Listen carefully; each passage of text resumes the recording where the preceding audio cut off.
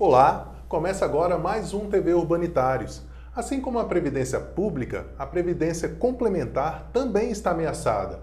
Estão em jogo a redução de benefícios, a desestruturação dos fundos de pensão e até mesmo o fim dessas entidades. Para falar sobre esse assunto, está aqui o diretor de benefícios da FACEB, João Carlos. Seja bem-vindo, João. É um prazer tê-lo aqui novamente e obrigado por ter aceito o nosso convite. É um prazer também, Henrique, estar aqui conversando com você e esclarecendo os nossos trabalhadores e trabalhadoras urbanitários. O prazer é todo nosso, João. Há poucos dias, o presidente da FACEB ele tomou uma decisão que foi bastante contestada. Ele demitiu de forma unilateral 10 trabalhadores da fundação. Quais são os impactos dessa medida para os trabalhadores e aposentados da SEB? Olha, Henrique, os impactos são grandes, porque a FACEB tem um diferencial, assim como a média das operadoras de autogestão em saúde, que é o cuidado, que é o atendimento humanizado, que é o atendimento assim que você coloca realmente o beneficiário como sendo a prioridade do seu trabalho, da sua existência até enquanto operadora de saúde. Então, com o fim da central, que de certa forma é o cartão de visitas do nosso beneficiário, é a porta de entrada dos nossos beneficiários na FACEB, porque as pessoas estão na FACEB não é só pelo fato de ser de vender plano, de ser uma instituição que administra plano de saúde, é porque realmente é a FACEB e a FACEB faz parte da história dessas pessoas, dos sebianos, dos nossos aposentados, dos nossos trabalhadores. Então, essa é um grande prejuízo hoje para os nossos beneficiários, trabalhadores e aposentados, o fim da central de atendimento. Entre esses trabalhadores demitidos, que totalizam 10, havia trabalhador ali com quase 30 anos de casa, Exatamente. Nós temos entre 25 e 30 anos, pessoas próximas à aposentadoria. A gente sabe que a FACEB, como uma empresa, vamos dizer assim, de fato ela trabalha com esse processo de demissão, de admissão de pessoas, Mas assim, o que ressalta nesse processo, Henrique, é a forma truculenta, a forma arbitrária, como essas pessoas foram demitidas, para você ter uma ideia dessa forma, para traduzir um pouco o que foi esse momento, basta ver que o próprio presidente da entidade foi lá, fechou a central de atendimento, fez a comunicação da demissão naquele momento e pediu para as pessoas colocarem os seus pertences numa caixa de papelão. Acho que pessoas que dedicaram tanto para a FACEB, para os beneficiários, para os aposentados da empresa, mereciam um tratamento muito melhor, mais justo e mais generoso. Inclusive, a gente não viu ainda nenhuma nota, a gente viu o presidente da FACEB divulgar notas sobre o que aconteceu, inclusive atacando o sindicato, aí não fez nenhuma menção a contribuição desses trabalhadores e trabalhadoras para a FACEB durante tanto tempo, 25, 30 anos, que foi o que eles contribuíram. Realmente a forma me parece bem estranha mesmo, porque é um gestor, quando vai praticar um ato de demissão, geralmente ele chama o trabalhador para ir na sua própria sala, não ele ir na sala, no ambiente de trabalho dessas pessoas, ainda mais com caixa de papelão. Foi realmente uma coisa bastante inusitada e que impactou muito. Eu sou diretor de benefícios da FACEB e dentro das minhas atribuições está exatamente essa parte de coordenar essa parte de operação de plano de saúde, além dos planos previdenciários. E no momento que isso estava acontecendo, essa demissão, o ato da demissão, a comunicação da demissão, eu estava sendo informado pelo outro diretor, pelo diretor financeiro da FACEB, de que isso estava acontecendo. Então, assim, além de ter sido, além da forma truculenta, ela também não observou o rito, não foi uma forma até respeitosa em relação aos órgãos colegiados da própria FACEB, desrespeitou, né, a própria diretoria, né, que tem a responsabilidade de zelar pelo atendimento dos beneficiários, né? É lamentável, né, João? Porque Brasília detém um dos maiores índices de desemprego do Brasil, beira a 20%, e infelizmente são mais 10 pessoas, 10 famílias que estão desempregadas.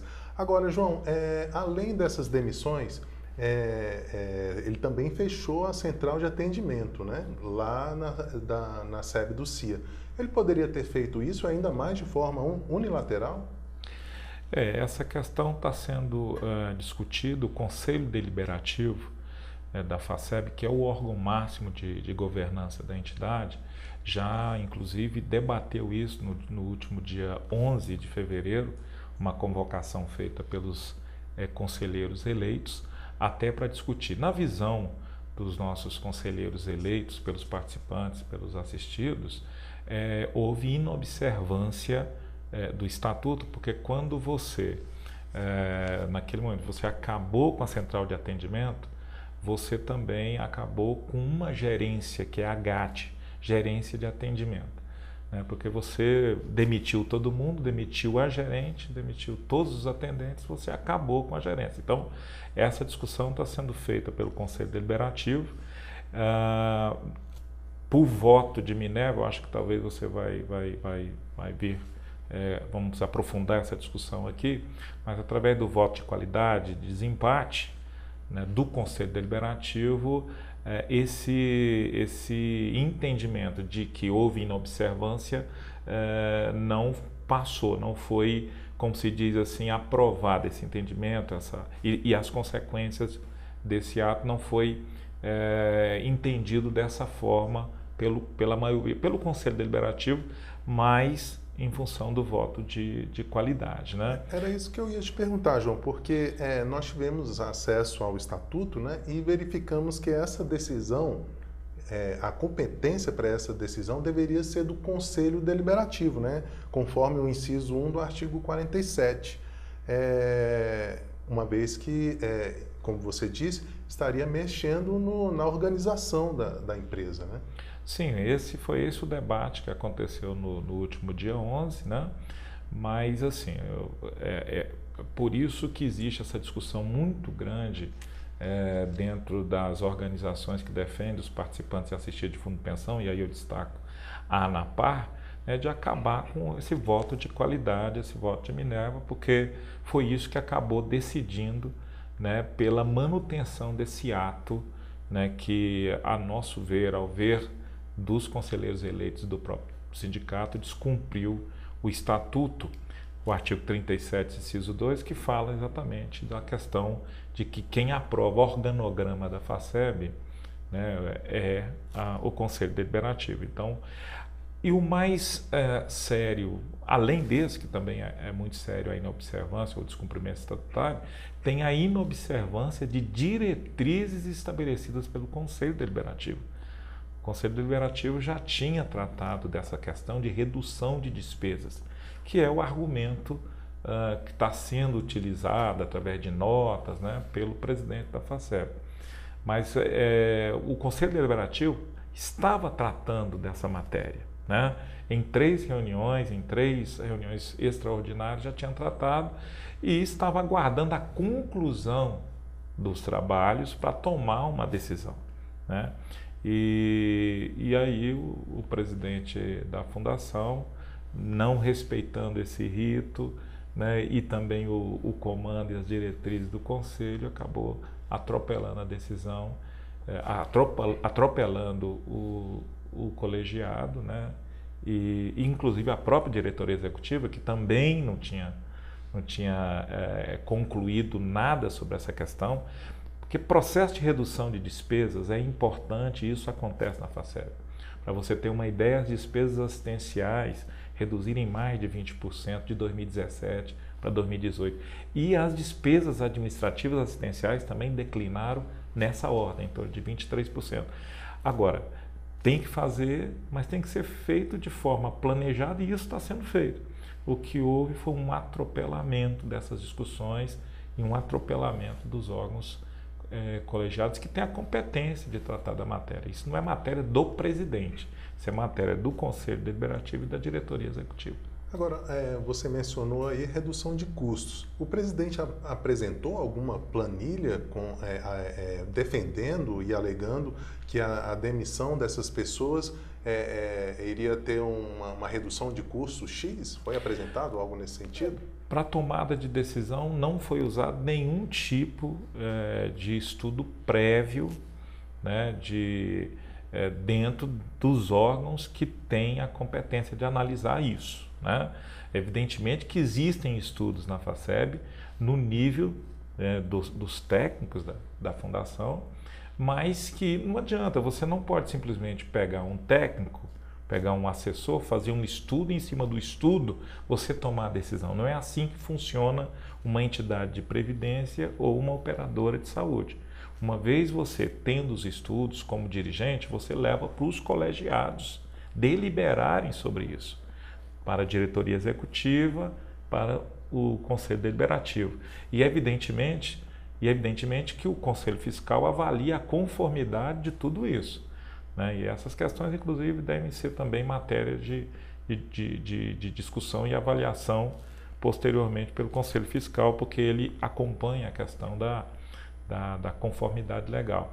Então não basta, se você perguntar, ele tem estudos? Tem, né? A gente tem, o Conselho tem, mas não houve deliberação sobre encaminhamentos acerca de estudos que ainda não foram concluídos, né? Estão ainda em processo. Ou seja, a decisão necessariamente não é monocrática, é uma decisão colegiada, né? Certeza. E aí você mencionou, João, no voto de qualidade, o voto de Minerva, né? Só para as pessoas que nos assistem, isso ficar bem claro, porque são nomenclaturas que não são conhecidas, né, pelo grande público. Os 3 conselheiros eleitos pelos trabalhadores votaram pela revogação do ato. Os 3 conselheiros indicados pela empresa também, houve um empate. Então, o desempate foi feito no voto de Minerva pelo presidente do conselho, é isso, né? É assim que funciona, isso está na Lei Complementar 108, né? E é claro que os estatutos das entidades reguladas pela Lei Complementar 108 observa essa questão do voto de qualidade, né? Essa questão está em discussão, tem projeto de lei, né, para alterar, que tramita no Congresso Nacional, e é assim, com muita expectativa que os participantes e assistidos, né, aguardam uma decisão para colocar fim a esse instituto, né, que porque é o Instituto do Voto de porque Qualidade. se o diretor já tinha votado pela manutenção do ato, foi o mesmo que desempatou, né? Essa questão eu queria até aproveitar a oportunidade, Henrique, até esclarecer essa posição do Conselho. É interessante que, na verdade, os conselheiros indicados, e aí demonstra realmente, no mínimo da parte deles, uma dúvida em relação ao ato, porque para os conselheiros eleitos, para o sindicato, para mim, não há dúvida que o ato realmente não observou aquilo que dispõe o Estatuto e também as diretrizes estabelecidas pelo próprio Conselho, mas mesmo os conselheiros indicados demonstraram, através do voto, uma certa dúvida, tanto é que pediram um parecer jurídico, né? O problema é que o parecer jurídico vai ser feito pelo jurídico da própria FACEB, né? Mas, né, é claro que a gente espera que o parecer seja isento, né? Essa é a nossa expectativa, que o escritório apresente um parecer isento e que reflita realmente, né, o que ocorreu em relação à inadequação do ato em relação ao que dispõe o Estatuto. Mas, mesmo os conselheiros indicados, pela manifestação deles na reunião do dia 11, aponta uma dúvida, porque eles não aprovaram o ato.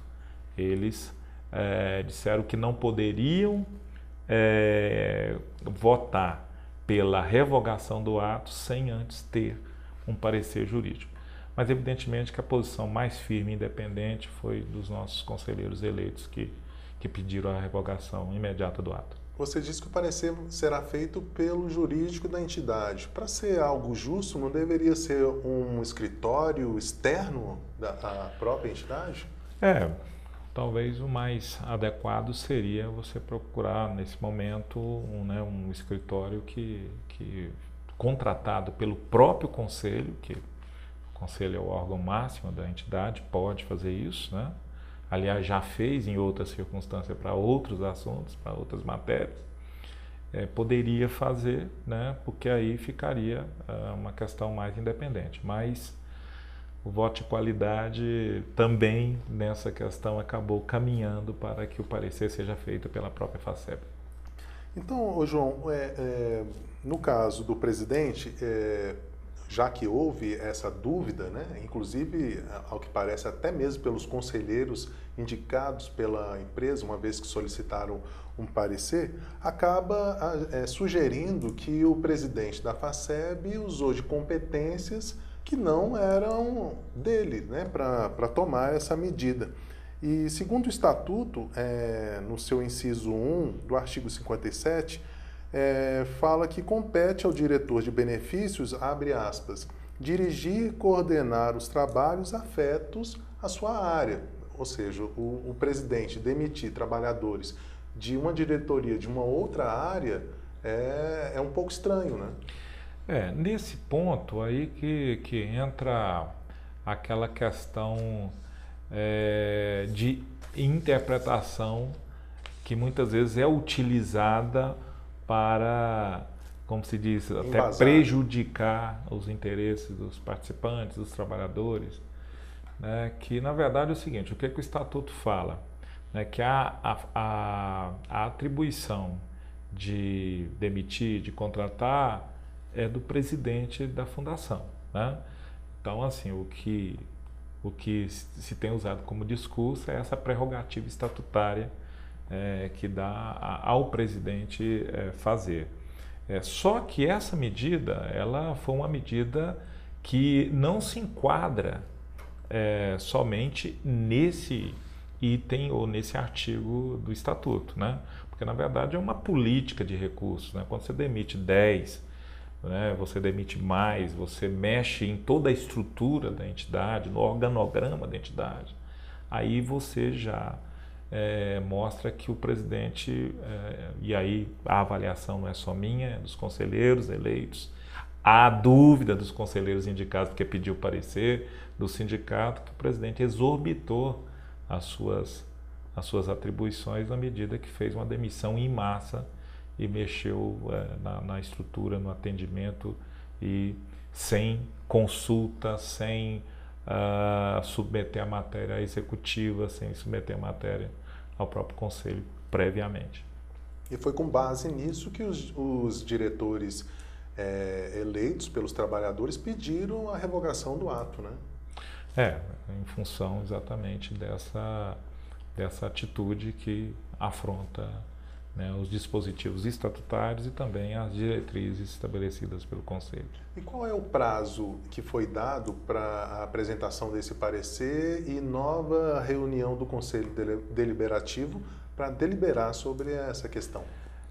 Olha, Henrique, na verdade essa reunião a gente não participou, que a gente sabe da reunião da ata que foi divulgada e é pública, né, para os participantes e assistir essa informação eu não tenho, né, não está estabelecida em ata, mas sem dúvida é uma matéria que tem que ser conduzida tem que ser deliberada, que o Conselho tem que tratar novamente de uma forma urgente, né, porque nós temos 10 pessoas, 10 empregados demitidos, nós temos os trabalhadores e aposentados da SEB praticamente sem atendimento presencial. Hoje, para você ter uma ideia, se o participante, o beneficiário do plano de saúde fizer uma ligação para os telefones que foram informados pela FACEB após o ato, provavelmente vai falar com um atendente lá de Belo Horizonte, Minas Gerais, né, que certamente não vai estar inteirado de todas as informações. Eu tenho recebido reclamação de usuários dos planos de saúde que quando liga eles remetem para a FACEB, está sendo improvisado, de uma forma improvisada mesmo, o atendimento presencial com uma pessoa apenas no CIA. Então, assim... São quantos trabalhadores no CIA? Em torno de mais de 1.000, né? 600, entre 600 e 650 trabalhadores. E uma pessoa para atender uma esse pessoa público hoje para atender, né, e provavelmente de forma, né, precária, né, e fora os aposentados, né, que também procuram muito atendimento presencial devido à dificuldade que as pessoas mais idosas têm para lidar com informática, né, e para procurar atendimento via WhatsApp, de forma online, né? Então, o atendimento presencial para essas pessoas é muito importante. E hoje elas têm que se deslocar ao CIA para ser atendido por uma pessoa, né? E por uma pessoa apenas, e muitas vezes acaba não tendo atendimento a contento, porque também a pessoa é improvisada. Porque veja bem, os atendentes foram todos demitidos. Então, as pessoas que a FACEB tinha capacitadas, treinadas para atender, foram demitidas. Então, quem está atendendo hoje, essa única pessoa, ela não tem a formação e o preparo adequado para atender os nossos beneficiários dentro das demandas que eles têm na área de saúde e previdência. E por telefone um call center que é em outro estado? Em outro estado hoje, Minas Gerais. Ou seja, um atendimento que parece ser bastante precário, né? Para quem precisa de atendimento de saúde com certa urgência, vai ter dificuldade para conseguir exames, uma consulta ou algo mais grave, né? Esse é o grande, vamos dizer assim, o problema que está por trás dessa medida, entendeu, Henrique?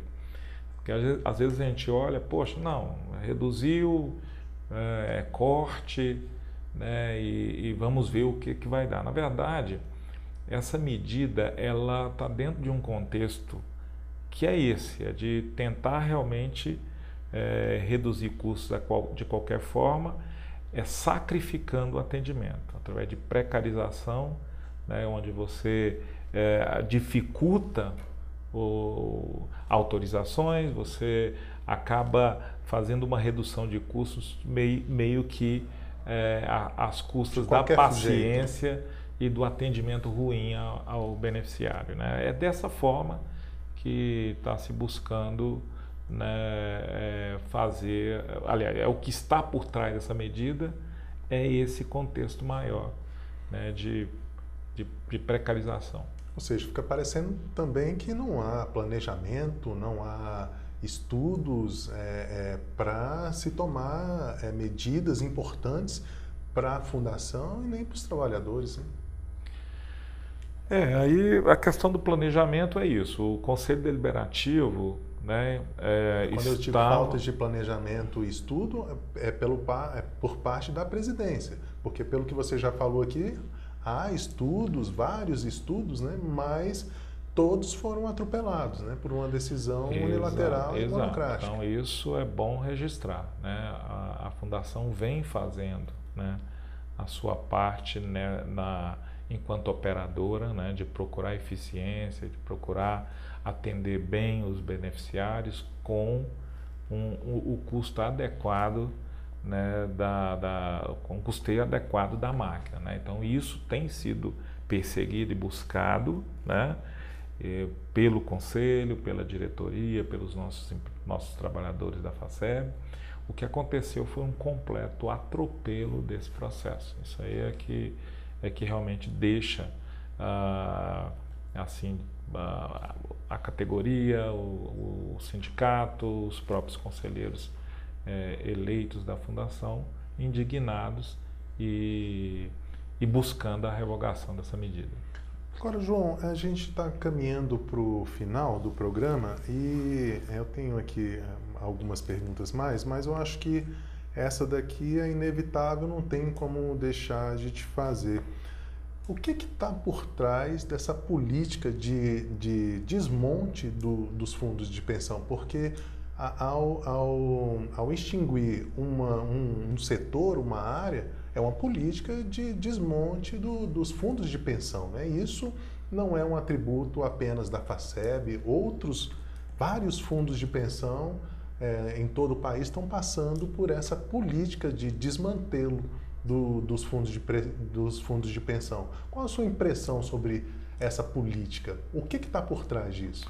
Não, eu acho que ela está conectada realmente a uma política de entrega do patrimônio dos fundos de pensão para o mercado financeiro. Eu acho que isso é muito claro que existe uma convicção hoje das pessoas que estão à frente, né, as autoridades, o governo, o ministro, o Ministério da Fazenda, de fazer essa transferência dos recursos que hoje estão sendo administrados pelos fundos de pensão para o mercado financeiro. E também a própria questão da saúde, né? Então há também um esforço de não oferecer, um esforço de governos que pensam de forma a não respeitar, né, os direitos, os benefícios, né, dos trabalhadores conquistados realmente durante décadas, né, de também deixar de oferecer esse benefício aos trabalhadores, né, ou se oferecerem de forma precária, como agora a gente está vendo essa tentativa na FACEB, né? Mas do ponto de vista mais geral de conjuntura, o que se vê claramente é isso. Não é à toa que o tempo todo você vê, né, propaganda contra fundo de pensão, criticando gestão, falando noticiário policial, né? Então é isso que a gente percebe, e essa questão que está acontecendo na FACEB não está descolada desse contexto. Ou seja, é uma forma de passar essa gestão dos recursos dos fundos de pensão para bancos, por exemplo, né, que juntando o patrimônio, os recursos desse fundo, de todos os fundos de pensão no país, é em torno de 900 bilhões, e também uma forma de tornar a privatização dessas empresas mais fácil, né? Você tocou num ponto que foi importante a gente falar antes de fechar a entrevista, né? Que é a questão das provisões relacionadas a plano de benefício definido, que as empresas que oferecem, que são patrocinadoras de plano, têm que fazer nos seus balanços, né? Então, associada à discussão da precarização do plano de saúde, tem também a discussão do saldamento do plano de benefício definido da FACEB, né, que é realmente uma outra questão, que é uma outra luta, um outro enfrentamento da categoria, né, que já está acontecendo, né, e cujo objetivo maior, do ponto de vista da patrocinadora, é exatamente você dar baixa nessa provisão, né, e aí não é só da patrocinadora, é também acionista minoritário, né? Então, assim, hoje nós temos uma luta enquanto categoria, uma luta imediata, que é a luta contra a precarização do plano de saúde, revogação dessa medida. Mas uma outra luta que também já está acontecendo é a luta em defesa do plano BD e do benefício vitalício dos trabalhadores e aposentados da SEB que estão vinculados a esse plano, né? Então são duas lutas, sendo essa a primeira em defesa do plano de saúde mais prioritária, porque estamos numa situação de demissão de trabalhadores, numa situação de precarização do atendimento. Fica aqui o convite para um próximo programa, a gente conversar sobre essa questão do saldamento do plano BD, né? Mas infelizmente nosso tempo chegou ao final. João, queria agradecer a sua participação aqui mais uma vez, né, na TV Urbanitários. Eu é que agradeço, viu, o convite, viu, Henrique, fico à disposição, né, de estar debatendo essas questões que são tão caras e importantes para os nossos trabalhadores e trabalhadoras. Com toda certeza, João. Eu conversei com o João Carlos, que é diretor de benefícios da FACEB, e falou sobre a política de desmonte nos fundos de pensão, especialmente na FACEB, que é o Fundo de Previdência Complementar dos Trabalhadores da SEB. Você pode rever este e outros programas em nosso site www.urbanitariosdf.org.br ou em nossa página no YouTube. No YouTube você também pode nos seguir e acompanhar as novidades. Você também pode mandar sugestões e críticas para comunicacão@estildf.org.br ou pelo nosso WhatsApp 99144 8075. 99144 8075. Muito obrigado pela companhia e até a próxima.